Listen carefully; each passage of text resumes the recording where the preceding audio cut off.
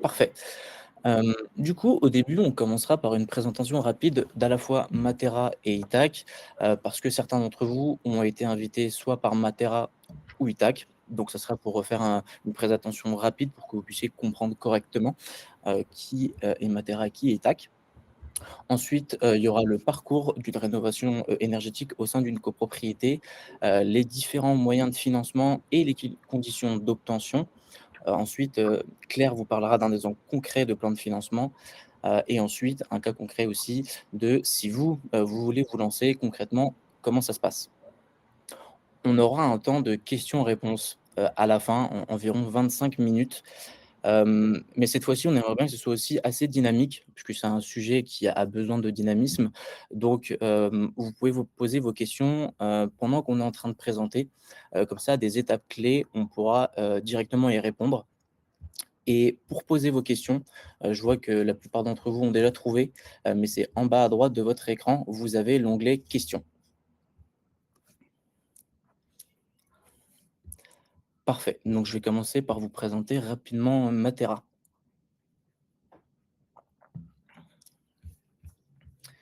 Oh, j'ai un délai pour le changement de slide, je crois. OK, parfait. Donc, Matera est un syndic de copropriété qui a été créé en 2017, de base pour un petit peu dépoussiérer le monde du syndic, puisque la grande majorité des personnes étaient enfin des Français n'étaient pas satisfaits, de leur syndic. Et Matera s'est fait connaître avec le syndic coopératif, on pourra y revenir après, mais maintenant, donc depuis presque 2 ans, on est aussi syndic traditionnel, local. On a plus de 250 salariés, donc on a des gestionnaires, des comptables, des juristes, des développeurs informatiques pour notre plateforme. On a aussi des experts travaux, tout un pôle d'experts, qui nous permettent aujourd'hui d'accompagner plus de 200 000 copropriétaires, que ce soit en France ou en Allemagne, avec des copropriétés de tout type et de toute taille. Ce qui fait aussi qu'on a un taux de satisfaction assez rare sur le marché, français, puisque généralement le monde de la copropriété est assez complexe. Au niveau des offres de Matera, pour que vous y voyez un peu plus clair et ça va être utile pour après, il y a, on va dire 3 offres différentes, notamment le coopératif, qui a été l'offre sur laquelle Matera s'est fait connaître, où on redonnait la main aux copropriétaires pour gérer leur copropriété, avec à la fois une plateforme, qui permet d'automatiser et de faciliter, la gestion du quotidien, dans la copropriété. Et ils avaient aussi des experts, encore une fois, ça peut être des juristes, des experts travaux ou autres, pour des sujets un peu plus complexes. Et aujourd'hui, Matera propose un panel, assez large qui permet une gestion soit autonome avec uniquement la plateforme pour gérer votre copropriété et vous occuper de tout le reste, ou alors, une offre complètement, déléguée, où vous avez un gestionnaire qui s'occupe de la copropriété avec encore une fois ses experts, au niveau juriste, travaux, ou autre, parce qu'un gestionnaire ne peut pas être expert dans tous les domaines. Et cette plateforme, sur cette offre, agit en tant que transparence, pour que vous puissiez suivre en temps réel les dossiers qu'il peut y avoir dans la copropriété ou le compte courant, par exemple. Sur les 2 premiers modèles, donc la plateforme et le coopératif, je te laisse passer la slide si tu veux. En fait, ce sont les copropriétaires qui ont la main. C'est-à-dire que si un jour, ils veulent avoir un projet de rénovation énergétique, ou simplement un projet de mise en conformité, puisqu'il y a des diagnostics obligatoires pour les copropriétés, ce serait à eux de le faire. Mais très honnêtement, ça peut parfois être complexe et faire peur à certaines personnes. Donc Matera a mis en place un accompagnement, où en fait, on va vous accompagner, sur toute la phase amont travaux, avec la recherche des sociétés, des comparatifs des devis, des analyses, des réunions au moment, clé. Et c'est surtout que ça fait plus de 4 ans, qu'on fait cet accompagnement-là. On a, aidé plus de 500 enfin 5 000 copropriétaires et on a construit, acquis un réseau d'entreprises assez reconnues et notamment Itac, qu'on a décidé de faire intervenir aujourd'hui pour vous expliquer, les différents moyens de financer un projet de rénovation énergétique. Donc, Claire, je te laisse la main. Oui, rebonjour. Du coup, pour présenter déjà d'abord rapidement ITAC, nous, on est bureau d'études thermiques et assistant à la maîtrise d'ouvrage en copropriété. On a accompagné plus de 100 copropriétés aujourd'hui et on intervient plutôt sur le volet technique, thermique et financier d'un projet de rénovation en copropriété. Le but, c'est de vous présenter le parcours de rénovation classique qu'on peut avoir en copropriété. Et là-dessus, vous avez 3 grandes phases quand on rénove une copropriété, sur le volet rénovation énergétique en tout cas. D'abord, la phase d'étude. Donc, c'est d'abord définir le projet de travaux d'une copropriété, se déplacer sur site, définir les différents besoins de la copropriété, les différentes problématiques peut-être qu'on peut y rencontrer, pour élaborer avec les copropriétaires un projet de travaux qui englobe de la rénovation énergétique en général.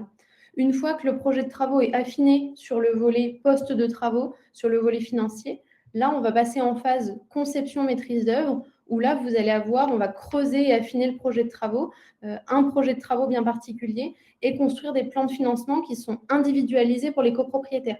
Donc là, on rentre vraiment dans la réalité financière et technique du projet, pour ensuite, si jamais les travaux sont votés en AG, vous passez en phase travaux avec la réalisation des travaux jusqu'au versement des différentes primes et la clôture. La question que la plupart d'entre vous se posent, et c'est pour ça que vous êtes là, je suppose, c'est comment est-ce qu'on peut financer un projet de rénovation énergétique en copropriété. Et pour ça, il y a différents moyens qui existent aujourd'hui. Ces moyens-là, ils sont séparés en 2 grandes catégories. Vous avez d'une part tout ce qui va être subvention et primes, et de l'autre, les différents dispositifs bancaires. Pour la partie subvention, vous allez avoir les aides de l'État, MaPrimeRénov' copropriété, qu'on va détailler ensuite. Vous avez tout ce qui est dispositif local qui peut être donné par les collectivités. Vous avez les certificats d'économie d'énergie, dits les C2E, qui sont donnés par les fournisseurs d'énergie. Et ensuite, du côté bancaire, vous avez 3 grands types de prêts qui peuvent intervenir. Le prêt avance subvention, le prêt coprosan pour la rénovation hors des travaux rénovation énergétique, et l'éco-prêt à taux zéro collectif, celui-ci pour des travaux dédiés de rénovation énergétique. Globalement, ce que vous pouvez avoir en tête, c'est qu'il y a aussi différentes temporalités où vous pouvez solliciter ces financements-là. Ce qu'il faut bien avoir en tête, c'est qu'un projet de rénovation énergétique, les financements, subventions et primes arrivent en fin de travaux. C'est-à-dire que la copropriété et même les copropriétaires doivent avancer les financements auprès des artisans. Et du coup, là se pose la question de comment est-ce qu'on peut réaliser cette avance-là. Et là, c'est là où interviennent les différents dispositifs bancaires. C'est-à-dire qu'avant le lancement des travaux, vous avez le fameux prêt avance subvention qui vient être un relais pour les primes des travaux. Vous avez éventuellement des fonds propres que chaque copropriétaire peut solliciter s'il le souhaite. Et ensuite, vous avez le fameux coprosan et l'éco-prêt à taux zéro qu'on va venir détailler également. Donc là, je voyais surtout Monsieur Boucher qui se posait la question des différents prêts qu'une copropriété pouvait faire pour la rénovation énergétique. Donc là, vous avez normalement tout le panel qui vient d'être expliqué par Claire. J'essaie de regarder s'il y a d'autres petites questions. Bien évidemment, il y a des questions sur est-ce que ce webinaire sera consultable en replay. Bien évidemment, il vous sera envoyé demain avec toutes les slides. Et je cherche d'autres questions, mais pour l'instant, Claire, je te laisse reprendre la main. Ok. Alors, on va faire pas mal de pauses tout au long du webinaire, donc s'il y a des questions, n'hésitez pas à les poser dans le chat et comme ça, on pourra les évoquer ensemble sans problème. Il y a aussi une question qui se pose. Donc là, on parlait pas mal de subventions qui sont liées aux travaux de rénovation, mais il y a aussi des subventions qui peuvent vous aider à financer toutes les missions annexes hors travaux. Donc, si on reprend le rétro-planning dans une rénovation de copropriété, pour la phase de diagnostic, vous avez parfois des aides locales qui existent pour financer la phase d'étude. Donc là, par exemple, au niveau de la métropole du Grand Paris, vous avez une subvention de 5 000 € qui peut être donnée pour un DTG, un diagnostic technique global. Pour la phase conception, vous avez une aide de 10 000 € de la métropole du Grand Paris également qui peut être donnée sur la mission de maîtrise d'œuvre, donc en général architecte. Et enfin, pour la phase travaux, il y a les dispositifs qu'on a déjà évoqués, à savoir les aides MaPrimeRénov' de l'ANA, les certificats d'économie d'énergie et les différents dispositifs bancaires. Si on va dans le détail des différents dispositifs, les aides MaPrimeRénov' dont vous avez sûrement entendu parler se basent sur le projet de travaux en soi, de rénovation énergétique. Donc là, il y a différents paliers que l'État a définis pour pouvoir être éligible et c'est un palier qui se compte sur le gain énergétique que la copropriété va faire. Donc entre son état actuel et la fin des travaux, on va regarder sur un premier palier, est-ce que vous atteignez au moins 35% de gain énergétique? Et ça permet de débloquer un certain financement. Et le deuxième palier est à 50% de gain. Et ensuite, donc ça, c'est les deux paliers de base. Et vous pouvez avoir des bonus en fonction de la configuration de la copropriété, du statut et des revenus de certains ménages et copropriétaires et d'autres bonifications. Donc ça s'étudie au cas par cas. Si on va sur... Oui. Non, c'était pour rebondir sur la question de Madame Nelta qui se demandait justement si on pouvait avoir des aides de l'État. Donc, le schéma que tu avais mis avant était parfait pour illustrer tout ça. Et la question de est-ce que Matera s'occuperait de tout? Vous avez déjà une réponse partielle, mais si vous choisissez le Matera comme syndic classique, ce sera effectivement Matera qui s'occuperait de la rénovation. Là où sur le coopératif ou plateforme, vous pouvez être accompagné par Matera, mais vous restez syndic. Donc voilà. C'est vrai que ce qu'il faut avoir en tête aussi, c'est que vous avez différents acteurs qui interviennent dans un projet de rénovation. Le syndic va jouer ce rôle administratif aussi de vous accompagner en fonction de l'offre Matera, par exemple. Mais au niveau des subventions, donc entre autres MaPrimeRénov' copropriété, vous avez l'obligation pour obtenir ces aides de passer par ce qu'on appelle un AMO, un assistant à la maîtrise d'ouvrage. Donc tous les dossiers à la fois bancaires et subventions de primes seront montés, déposés, suivis et clôturés par l'assistant à la maîtrise d'ouvrage. C'est un rôle qu'on peut jouer aussi chez ITAC et le syndic va jouer le rôle aussi tampon administratif. Donc en fait, tout le monde a un rôle à jouer dans le projet de rénovation. Donc ça, c'est pour répondre plus en détail à la question.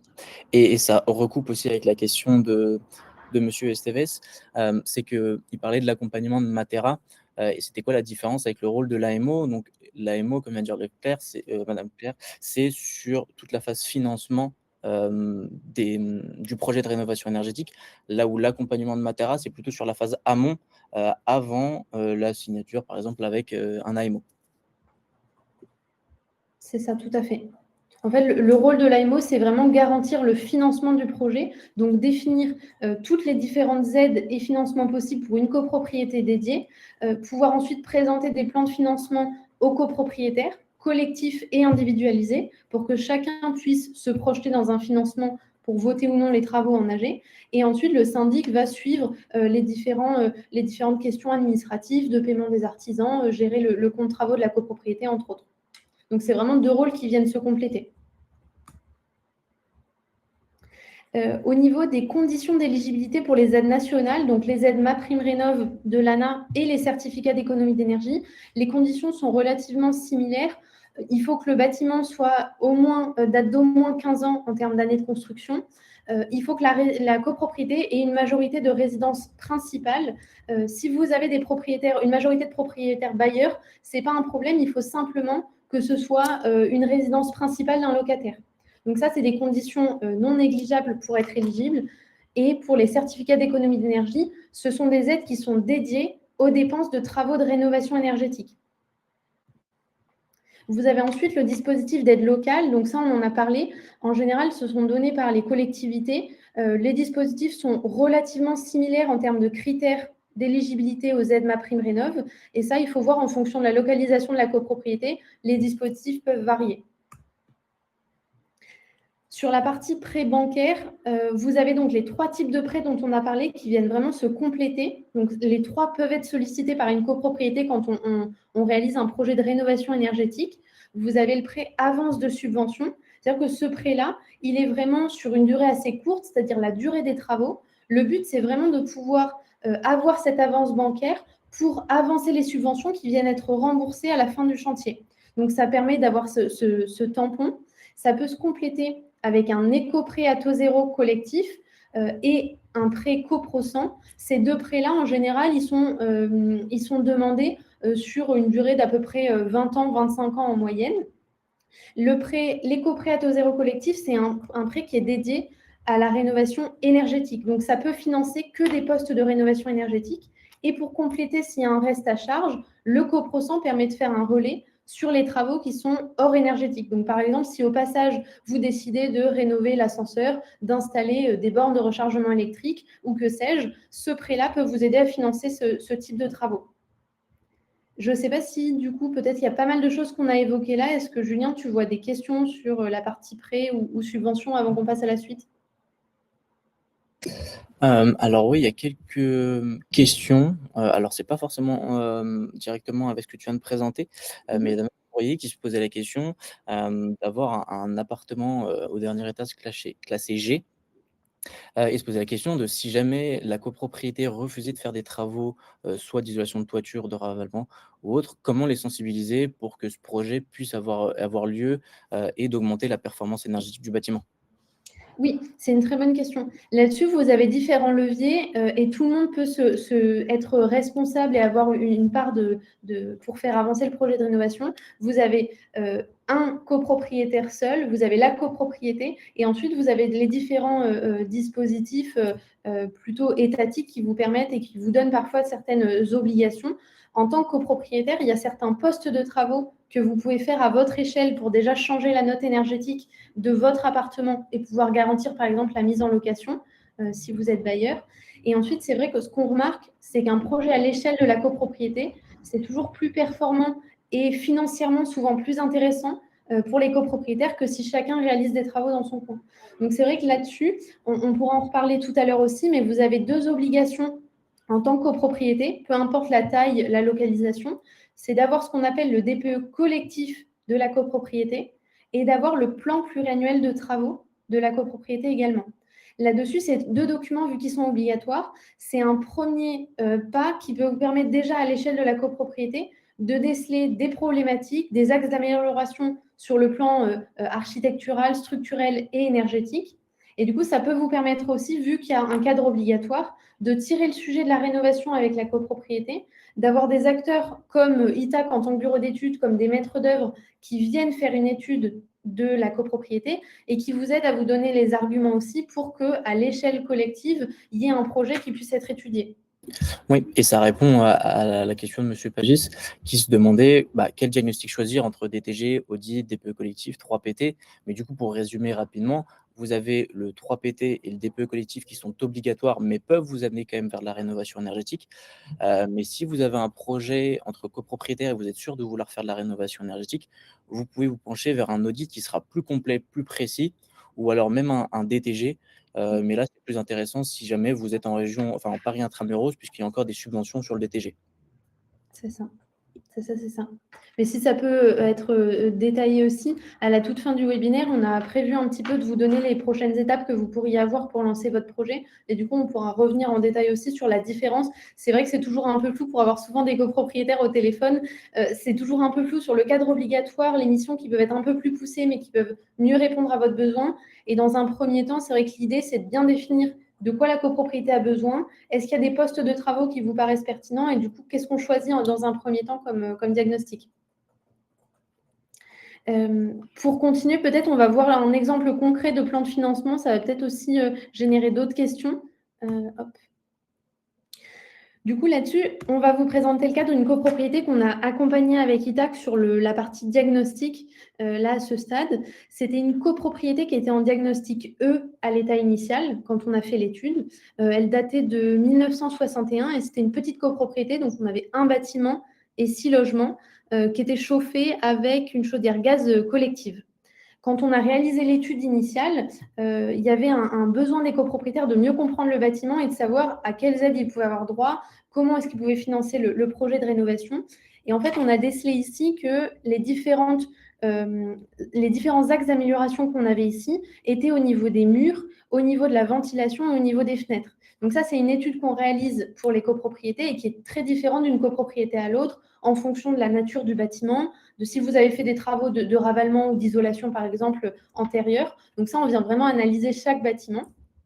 Et ensuite, on vient construire des scénarios de travaux comparatifs. C'est-à-dire que dans un travail d'étude, et ça répond à une question qui avait été posée, sur un audit énergétique ou un DTG, on va vraiment rentrer dans le détail de qu'est-ce qui pourrait être pertinent pour votre copropriété sur des travaux de rénovation énergétique et quels postes de travaux, si on les groupe, peuvent permettre de bénéficier de certains financements dont on a parlé précédemment. Donc là, dans le cadre de cette copropriété-là, on a différents postes de travaux qu'on a préconisés qui nous permettent à chaque fois d'avoir un gain énergétique qui est croissant et donc une prise en charge plus ou moins importante de travaux, mais du coup aussi un coût de travaux qui va varier. Le but dans une étude énergétique, c'est vraiment de vous mettre toutes les données sur la table, de voir les avantages, les contraintes de chaque solution technique sur le plan financier, sur le plan thermique, et qu'ensuite les copropriétaires puissent s'approprier le projet et construire un plan de travaux qui est adapté aux besoins et à vos contraintes aussi. Donc là, par exemple, dans le cadre de cette copropriété, on avait une histoire de l'isolation des murs qui était pertinente parce que c'était un bel axe d'amélioration qu'on avait. L'installation d'une ventilation pour être sûr que l'air se renouvelle une fois qu'on a bien étanchéifié le bâtiment dans un premier scénario. Et ensuite, les scénarios sont vraiment cumulatifs. Donc, on vient ajouter le changement de certains postes, de certains vitrages, par exemple. Et ensuite, une fois qu'on a bien traité l'enveloppe, parfois de changer le système de chauffage pour quelque chose de plus performant. Et donc, dans chaque étude, ce qu'on a l'habitude de présenter, c'est de faire ce qu'on appelle un plan de financement sommaire. Donc, si on reprend notre calendrier quand on rénove une copropriété, ça forme un entonnoir. En phase d'étude, le but, c'est déjà de dégrossir le projet, de savoir quelles sont les estimations de coûts de travaux, quels sont les financements possibles, et donc de se dire, quand on compare mon scénario 1, 2 ou 3, lequel peut être le plus pertinent par rapport à ma copropriété. Donc là, c'est un tableau qui a pas mal de données, mais ce qui va nous intéresser, c'est de comparer est-ce que la rénovation énergétique est pertinente ou non pour une copropriété. C'est-à-dire que, par exemple, ici, vous avez le scénario 0. Le scénario 0, c'est un scénario entretien, c'est-à-dire qu'on va juste adresser des postes de travaux qui sont de l'ordre de la pérennité du bâti. On ne va pas forcément isoler le bâtiment, pas changer de vitrage. Et ensuite, on va y ajouter, donc ça, c'est un coût estimé de travaux. Et vous allez ensuite avoir le scénario 1, 2 et 3, comme on les a vus, qui vont ajouter le coût de la rénovation énergétique. Et une fois qu'on a le montant des travaux par quote-part pour chaque copropriétaire, vous allez avoir tous les dispositifs de financement qui viennent s'ajouter. Donc, par exemple, au niveau des aides collectives, à quel montant on peut espérer avoir droit. Au niveau de l'éco-prêt à taux zéro, quel montant on peut solliciter. Pareil au niveau des différents dispositifs de prêt bancaire. Et ce qui est surtout intéressant dans ce tableau-là, c'est de regarder que dans le cas de cette copropriété-là, au final, avec tous les dispositifs de financement existants, on arrive à financer 100% des travaux de rénovation énergétique. Et du coup, peu importe le scénario de travaux qu'on va choisir, il restera à financer que les travaux hors énergétique. Et donc, si on regarde la mensualité par logement, une fois qu'on a déduit les différents dispositifs de prêt, on a le même montant. Donc, par exemple, dans ce cadre-là, 281 € pour chaque logement. Et ce qui est intéressant à regarder, c'est les économies d'énergie mensuelles que permettent la rénovation énergétique.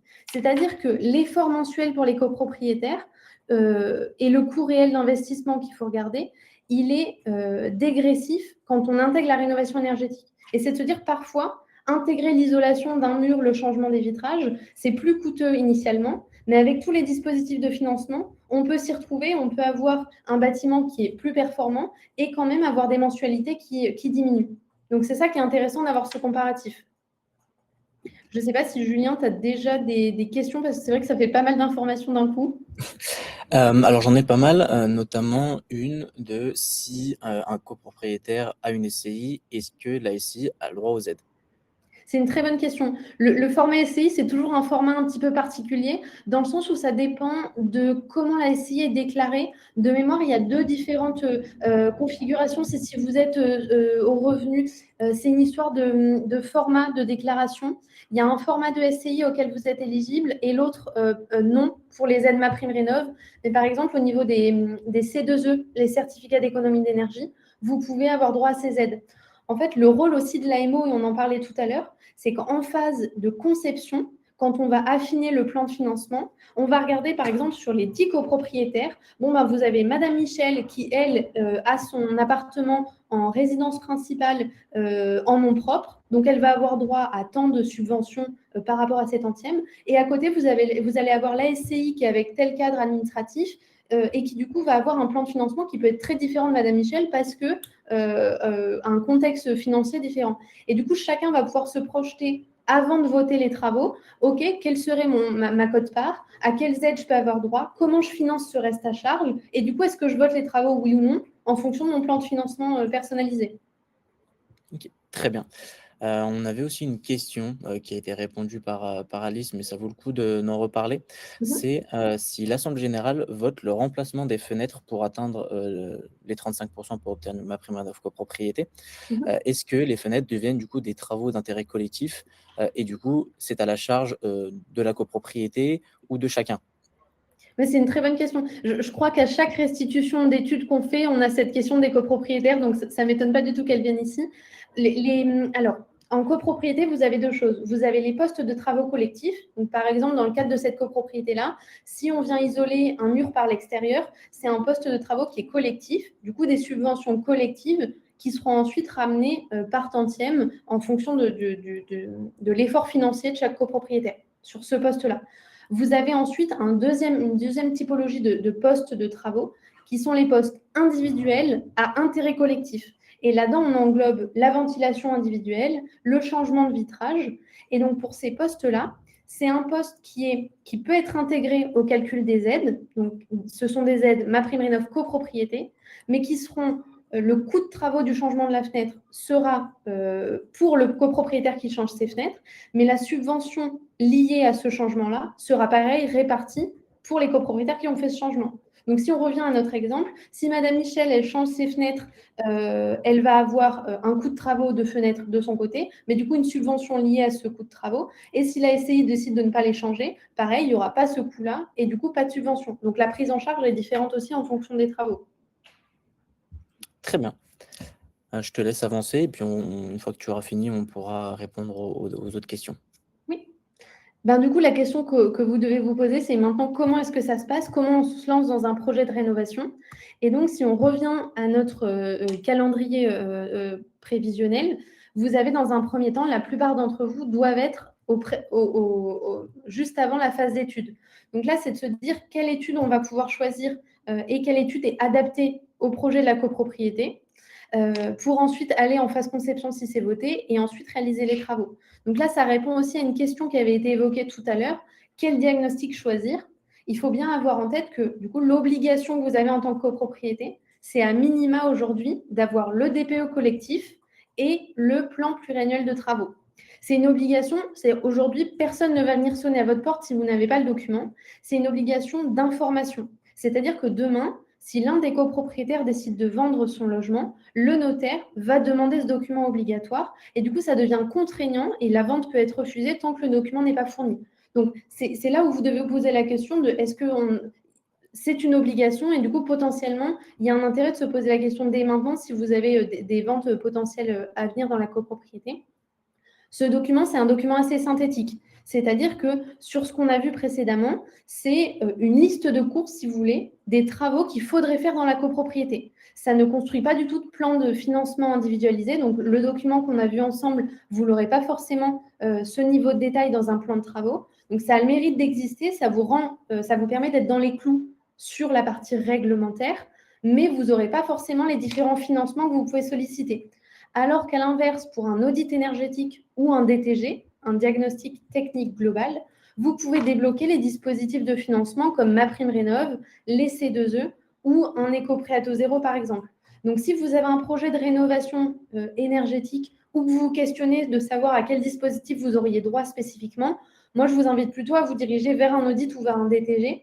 Et ce qui sépare et ce qui différencie les deux, un audit énergétique, comme c'est dans le nom, ça va plutôt axer sur les travaux de rénovation énergétique, sur les financements possibles, là où un DTG, vous avez toute une analyse aussi architecturale de votre bâtiment. Et donc, si vous voyez qu'il y a certaines pathologies, des fissures, des défauts d'étanchéité, le DTG vous apporte beaucoup plus de réponses sur le fait de corriger ces différents désordres-là que vous pouvez avoir dans la copropriété.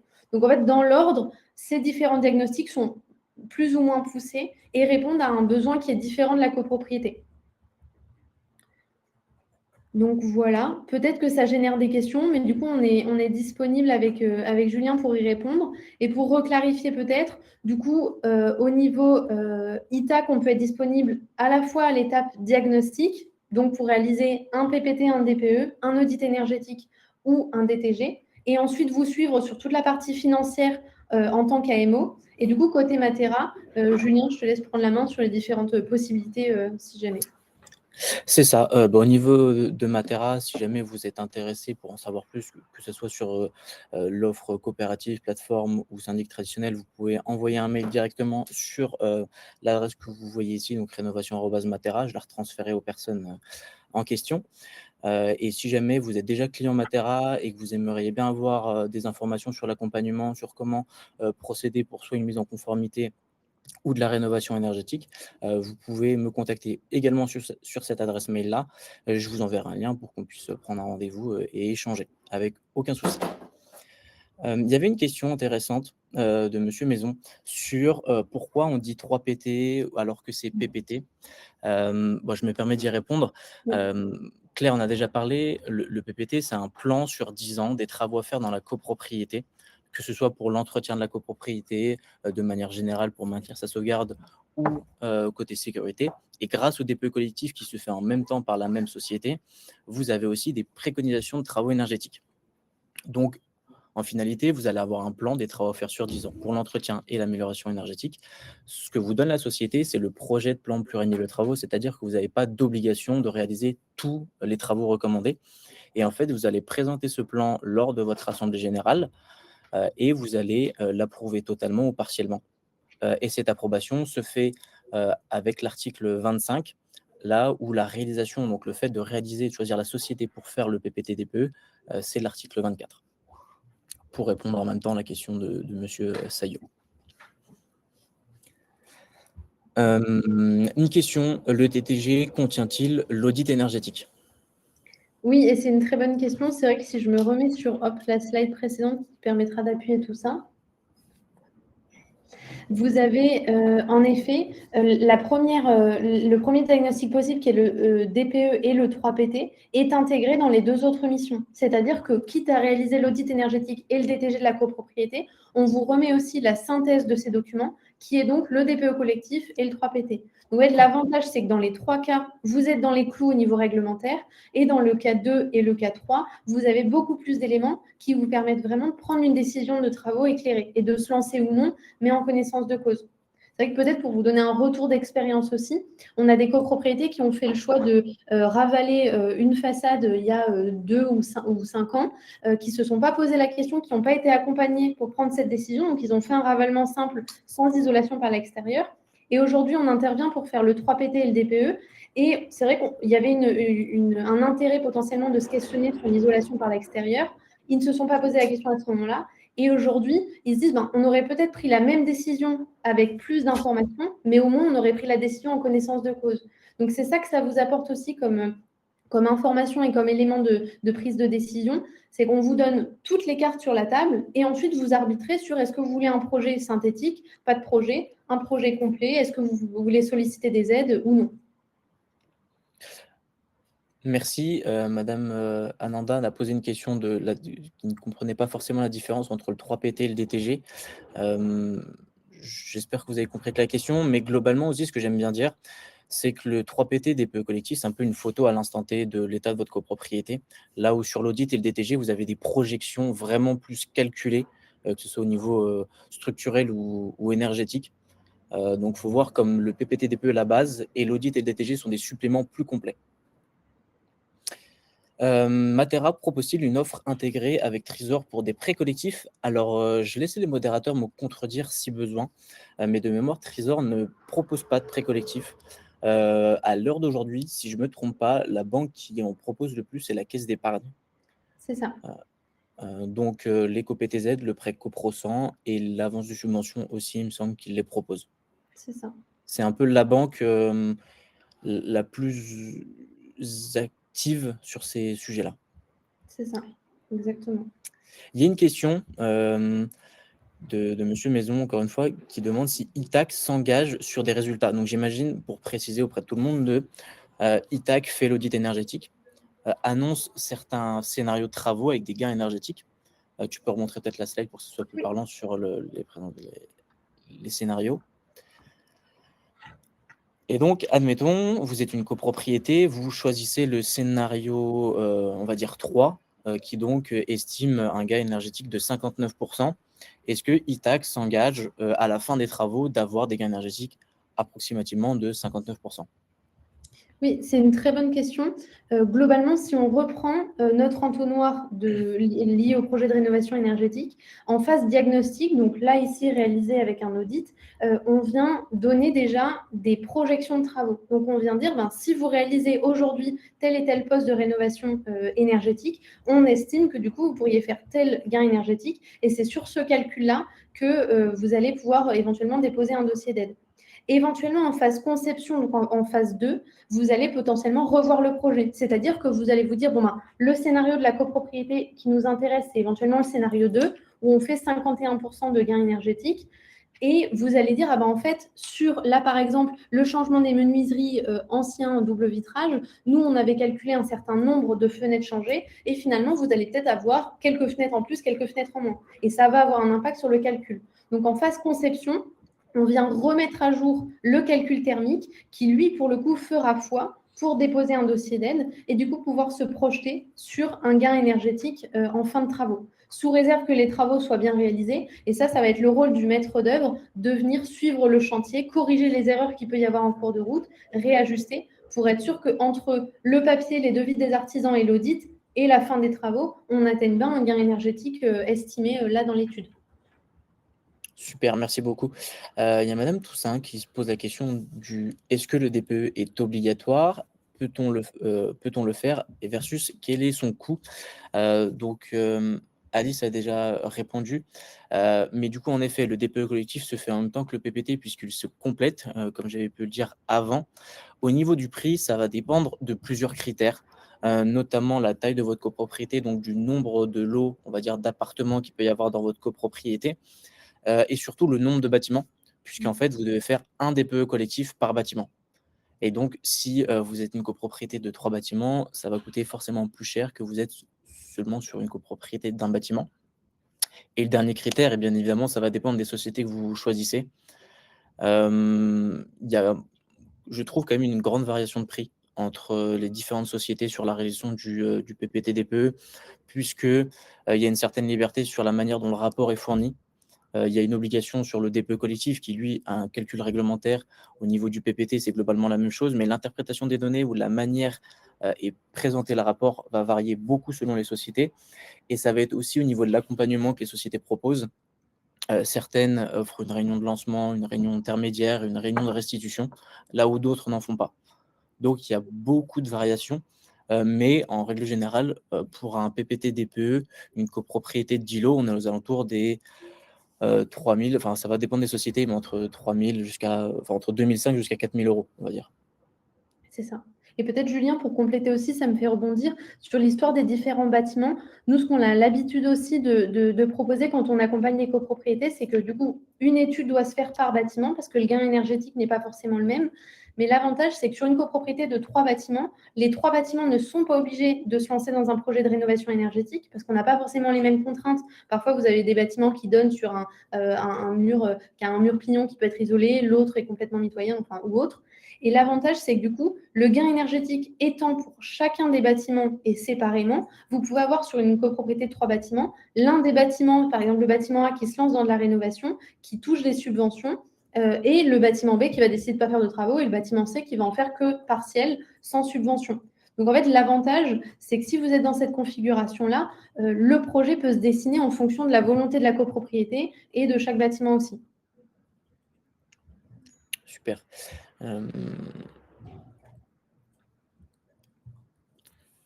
Alors, madame Toussaint, j'imagine que vous êtes sans doute, client de Matera, qui pose la question de: «Avez-vous des entreprises à nous donner?» Donc vous avez 2 choix, soit vous pouvez regarder sur internet, il y a aussi Matera qui, sur sa plateforme, dans l'onglet fournisseurs, a un annuaire de prestataires. Donc vous pouvez rechercher des bureaux d'études, et vous aurez, si des clients Matera, dans votre région ont déjà noté, des bureaux d'études, ils apparaîtront. Et sinon, on a un répertoire de sociétés, qui va avec l'accompagnement, que j'ai présenté brièvement. Mais si jamais ça vous intéresse, je vous invite à envoyer des mails sur, l'adresse mail rénovation@matera.eu. Je te laisse piocher dans les questions aussi, Claire, si tu en as. Oui.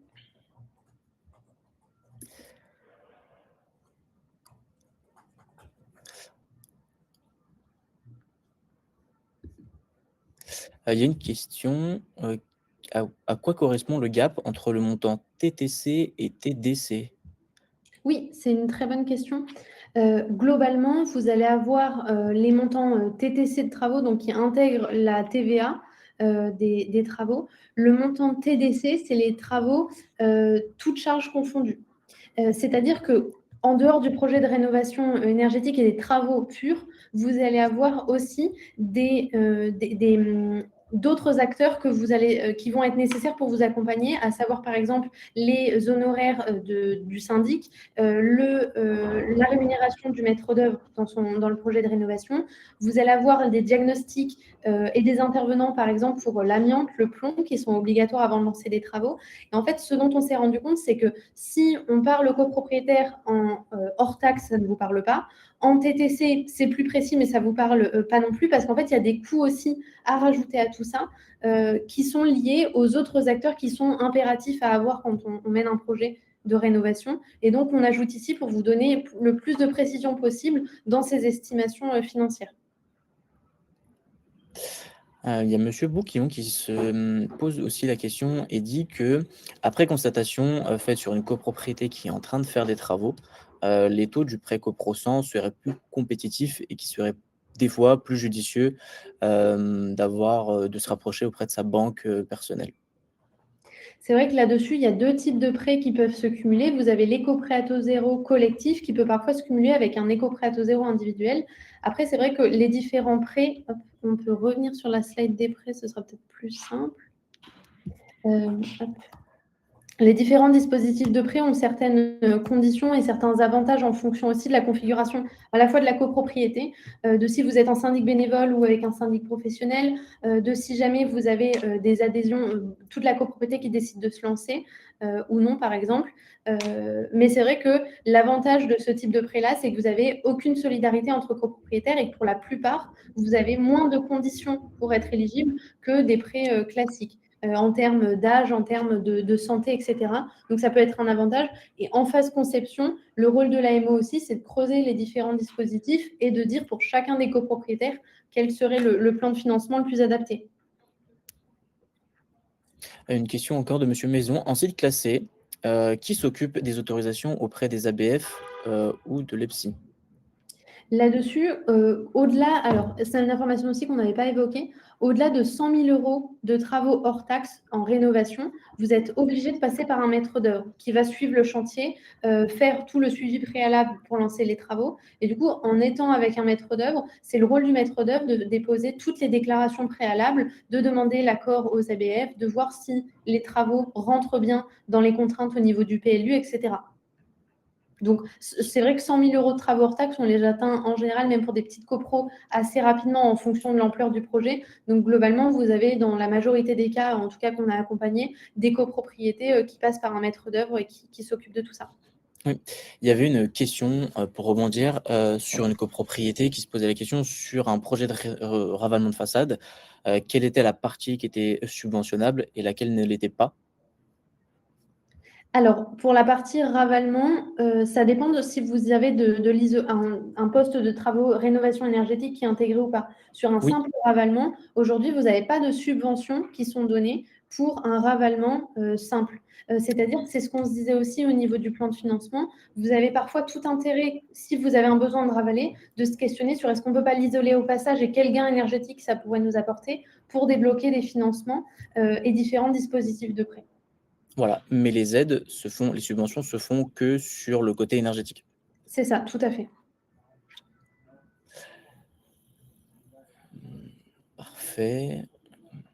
Les modérateurs, je vous invite à remonter, voter pour les questions auxquelles on n'a pas forcément répondu pour que ça soit plus simple.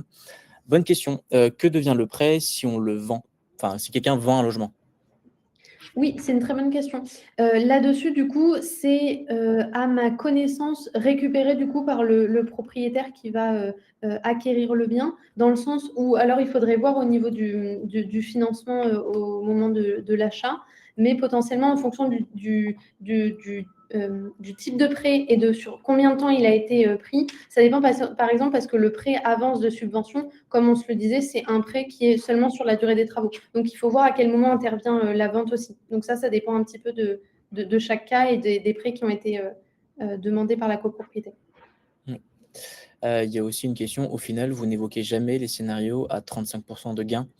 Hem, alors en soi, ici, il n'y avait pas de scénario à 35 pile, mais ces 35 c'est ce fameux, montant Oui, de gain énergétique à partir duquel on peut débloquer MaPrimeRénov' copropriété. Mais du moment où vous choisissez un scénario qui est au-dessus des 35 vous pouvez obtenir les aides.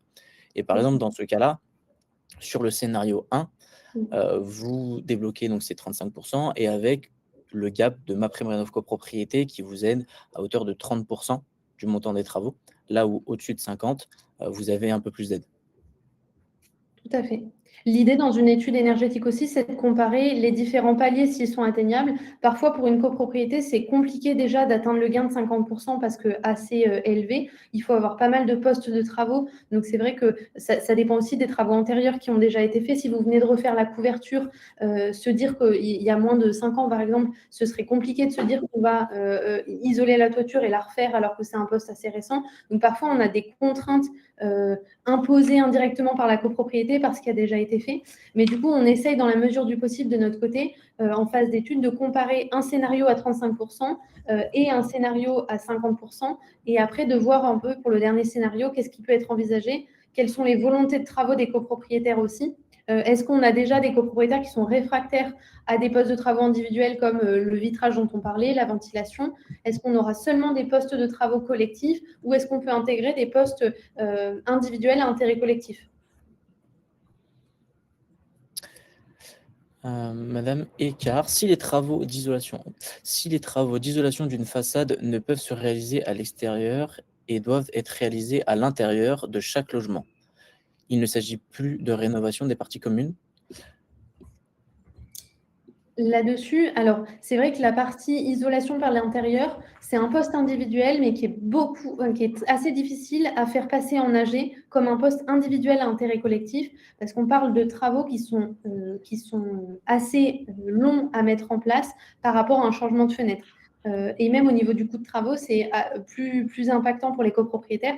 Donc en général, si l'isolation par l'extérieur n'est pas faisable, vous avez assez peu de projets qui, au final, compensent en proposant des travaux d'isolation par l'intérieur. Il faut voir la taille de la copropriété, à quel point les copropriétaires sont d'accord. Donc là, il y a vraiment un travail aussi, on parlait de parties prenantes, un travail du conseil syndical de bien sonder auprès des copropriétaires quelles sont les volontés, les contraintes, et de voir si c'est quelque chose qui pourrait intéresser tout le monde ou au contraire, pas forcément. J'ai 2 questions intéressantes. La première est, je me rattrape puisque je m'étais potentiellement trompé, la personne parlait, des travaux à moins de 35. Oui. Donc, il y a des choses qui existent, notamment Ecorénovons Paris, mais je te laisse en parler, tu es plus à même d'y répondre. C'est vrai que là-dessus, pour les aides Éco-Rénovons Paris, la contrainte qu'on va avoir, c'est que pour l'instant, le dispositif, hop, on l'a mis un peu plus haut, mais a été annoncé pour s'arrêter là d'ici la fin de l'année. En tout cas, pour l'instant, il n'a pas été annoncé comme reconduit, c'est ça. Donc, on se mettait jusqu'à octobre 2026, par exemple. Euh, donc, là-dessus, pour l'instant, on n'a pas encore de visibilité. Il y a des chances qu'il soit reconduit, mais pour l'instant, c'est de l'hypothétique. Donc, sur les dispositifs locaux, il faut voir aussi, parce que ça dépend de chaque territoire et des collectivités. Mais la question initialement, si C'est je reboucle, C'était de savoir s'il y avait des aides pour des travaux, de gain énergétique à moins de 35. ah, vous avez un dispositif qui existe, qui a été développé par l'ANA, donc MaPrimeRénov'. C'est une expérimentation sur les petites copropriétés. Sur les moins de 20 logements de mémoire, parfois c'est assez compliqué d'aller chercher le gain énergétique à 35 mais c'est vrai que c'est un dispositif qui est assez peu déployé. Il concerne surtout des zones où vous avez un dispositif de financement local qui vient s'appuyer là-dessus. Donc, en fait, l'ANA délègue ensuite le dispositif et les subventions à des aides locales. Donc, c'est le cas pour peu de territoires là. Donc, sans avoir de précision sur la copropriété en soi, je ne préfère pas détailler parce que ça ne concernerait pas forcément tout le monde. Mais potentiellement, si vous avez des questions là-dessus, on peut faire un rendez-vous ensuite en parallèle si vous nous envoyez un mail pour creuser ce sujet-là. Ouais. L'autre question intéressante était, de savoir les avantages et les inconvénients de prendre la même société, donc qui va à la fois faire les diagnostics et aussi l'AMO. Oui, c'est une très bonne question. Là-dessus, l'avantage que vous avez, c'est que déjà, en termes de facilité d'échange, plus vous avez d'interlocuteurs et plus ça peut être compliqué aussi que tout le monde suive le projet, soit là à chaque étape. Si vous avez un acteur qui est à la fois avec la casquette bureau d'études et avec la casquette financier, c'est que déjà, la connaissance sur le sujet, elle est pluridisciplinaire. Donc potentiellement, à chaque phase, vous allez avoir quelqu'un qui peut répondre à différentes questions sur différents sujets. Je prends l'exemple de réaliser un DTG. Nous, chez ITAC, on a des ingénieurs thermiciens et thermiciennes et aussi un architecte. C'est-à-dire que déjà, on a cette double casquette-là d'avoir des réponses sur le volet thermique, des réponses sur le volet architectural de votre bâtiment s'il y a des contraintes, mais aussi la casquette financière du fait d'être AMO. Donc potentiellement, ça peut être plus intéressant en fonction de si vous savez déjà qu'il y a un intérêt de se lancer dans la rénovation de votre copropriété, d'avoir un acteur qui pourra vous suivre du début jusqu'à la fin, parce que ça vous permet aussi d'avoir une continuité avec l'intervenant. Il reste plus beaucoup de temps, donc on va prendre 2-3 dernières questions et on va être contraint d'arrêter. Je te laisse piocher si tu en trouves des intéressantes. Alors là, j'ai une question de Thibaut. Est-ce qu'il peut pas y avoir un conflit d'intérêt si l'AMO et le maître d'œuvre est le même intervenant? Alors c'est vrai que c'est assez rare, ça existe, mais c'est assez rare que l'AMO et le maître d'œuvre soient la même société, parce qu'en fait, c'est deux rôles qui sont très différents. Le rôle du maître d'œuvre, ça va vraiment être d'assurer la réalisation des travaux, de chapeauter les artisans, de venir corriger les erreurs qu'il peut y avoir, de faire les demandes de devis, etc. Là où l'AMO est vraiment plutôt un rôle administratif et financier. Donc en général, ça vient bien se compléter. Mais c'est vrai que c'est en général, vous avez un groupement qui se forme entre l'AMO et le maître d'œuvre, soit qui ont déjà travaillé ensemble en copropriété, soit deux acteurs différents qui forment un groupement momentanément pour votre projet. Mais c'est vrai que l'idée, c'est d'avoir éventuellement ces deux acteurs-là qui connaissent chacun son expertise et du coup qui peuvent avoir ce regard très différent. Le maître d'œuvre, il va faire le pont entre la copropriété et les artisans, là où l'AMO, il va faire former un triangle, un trio avec le syndic qui joue le rôle administratif, l'AMO le rôle financier et la copropriété plutôt de maître d'ouvrage. J'ai monsieur François qui dit: «Avec le plafonnement par logement des petites copropriétés, 4 logements dans l'immeuble, pour notre cas, on est un petit peu pénalisé». Et je suis assez d'accord, tu pourras me contredire si tu veux, mais moi je trouve qu'aujourd'hui, c'est compliqué pour des petites copropriétés, de faire des travaux de rénovation énergétique, d'atteindre les 35 surtout que les subventions, même s'il y a des choses mises en place, elles interviennent qu'à la fin des travaux. Et de ce que je peux voir, moi, en tout cas, des copropriétés Matera que j'accompagne, c'est que pour les petites copropriétés, généralement, elles se cantonnent à faire le PPT DPE, ce qui permet d'avoir quand même une vision sur les travaux à faire dans la copropriété. Certes, vous ne pourrez pas avoir trop d'aide, mis à part les C2E, mais ça vous permet en revanche de potentiellement se dire on va faire un poste de travaux énergétiques.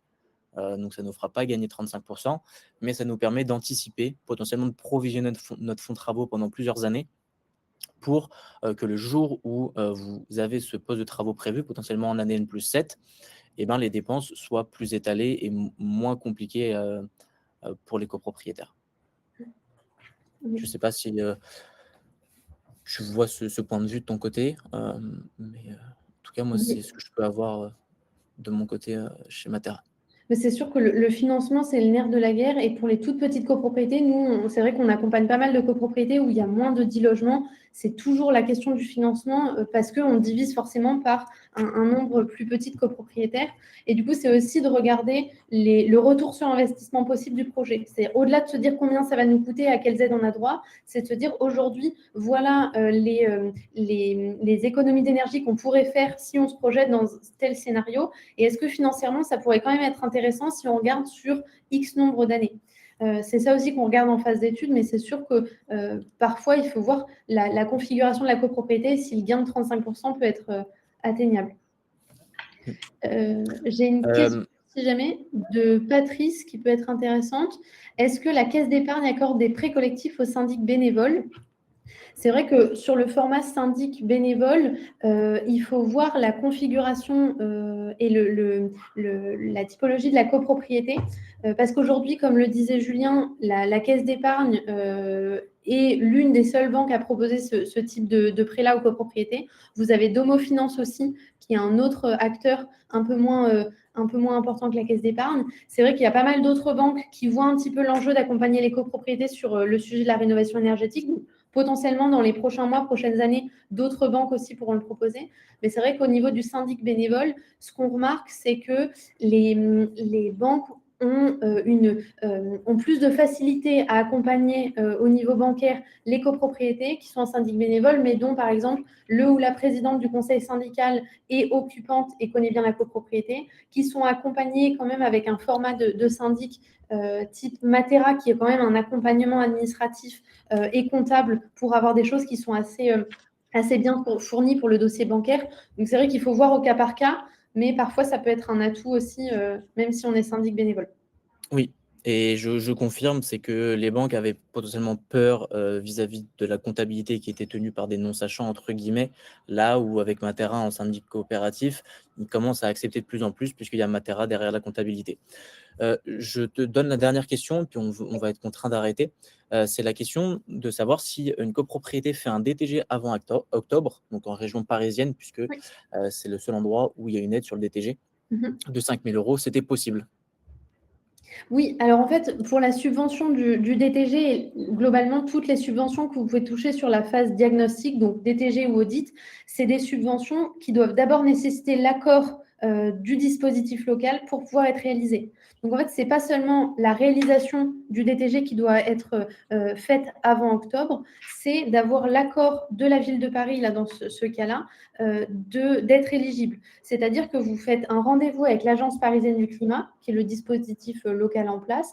Vous leur expliquez la volonté de faire un DTG. Vous déposez avec votre conseiller une demande et vous avez le retour de leur part sous quelques temps de conformité de votre dossier, de validation, comme quoi ils s'engagent à vous verser cette subvention-là. Et ensuite, une fois qu'on a cet accord-là, nous, en tant qu'acteurs, on peut vous accompagner, réaliser le DTG. Même si la fin de la mission intervient bien après octobre, c'est l'accord de la ville que vous devez avoir avant octobre 2026. Super. Je te laisse remettre la slide des coordonnées, puisqu'on Oui, on va s'arrêter là. De toute façon, la question, j'ai vu qu'elle était revenue, le lien, le replay vous sera envoyé demain avec les slides, et si jamais vous avez des questions qui n'ont malheureusement pas pu être répondues, suivant, bah, l'interlocuteur, vous pouvez soit me l'envoyer ou l'envoyer à Claire avec les adresses mail qui sont ici. En tout cas, je vous remercie, d'être venus aussi nombreux, posé des questions pertinentes. Je vous souhaite à tous et toutes une bonne soirée et puis je vous dis peut-être à bientôt, si jamais vous venez nous contacter. merci beaucoup. À bientôt en tout cas. Au revoir. Au revoir.